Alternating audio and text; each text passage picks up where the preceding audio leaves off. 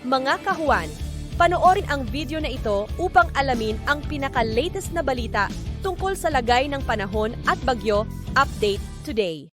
Wala tayong minomonitor na anumang bagyo or low pressure area dito sa loob at labas ng ating Philippine Area of Responsibility or anumang may direktang epekto dito sa ating bansa. Sa ngayon, patuloy ang pag-iral netong easterlies or yung mainit at malinsangan na hangin na nanggagaling sa Dagat Pasipiko dito sa buong bansa natin. Para naman sa ating heat index kahapon sa Metro Manila, nakapagtala po tayo ng 37 to 38 degrees Celsius. Ang pinakamataas po nating naitala ay dito po sa Dagupan City, Pangasinan with 48 degrees Celsius. 44 degrees Celsius naman sa Iba, Zambales, 43 degrees Celsius sa Birac, Catanduanes, at 42 degrees Celsius dito sa Butuan City, Agusan del Norte.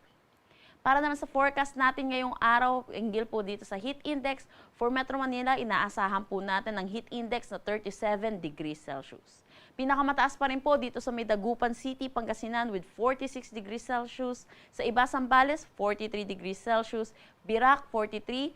42 naman dito sa Butuan City, Agusan del Norte. So makikita po natin, danger level po ito. Kaya pinapaalalahanan po natin, mga kababayan po natin, na malubhang delikado po, lalo na po lumabas po ng tanghali hanggang hapon. Kung maaari, stay indoors na lang po at uminom po ng maraming tubig. Wala rin tayong nakataas na anumang gale warning sa anumang seaboards po ng ating bansa.